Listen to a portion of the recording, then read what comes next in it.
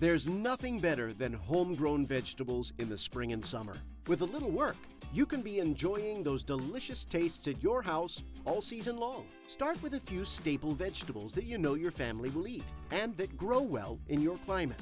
Vegetables can be started from seed or seedling. Seeds are more economical. Seedlings are a bit more expensive, but they're easier for beginners and give you a better chance of success. Vegetables need a lot of sun, at least 6 hours of full sun per day. Choose a spot indoors or out where they can get enough light and where they're out of the reach of plant-eating animals like rabbits or deer. There are many pots to choose from, but the basic assembly is the same. Choose a pot with drainage holes in the bottom. Proper drainage is essential to keep the plant from getting waterlogged. Begin with an even layer of gravel or rock in the bottom of the pot. If you have a broken clay pot, you can break it into pieces for extra drainage. Place a thick layer of garden soil into the pot.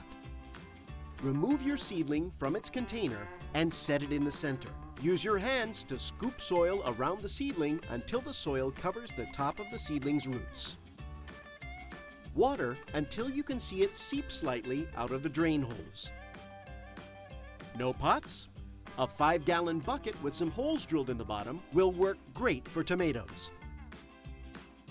Tomatoes will require a cage to support them. Install that cage when you first plant the seedling to avoid damaging it later. All plants require regular attention, ample light, and water, and will reward your hard work with delicious food later in the season.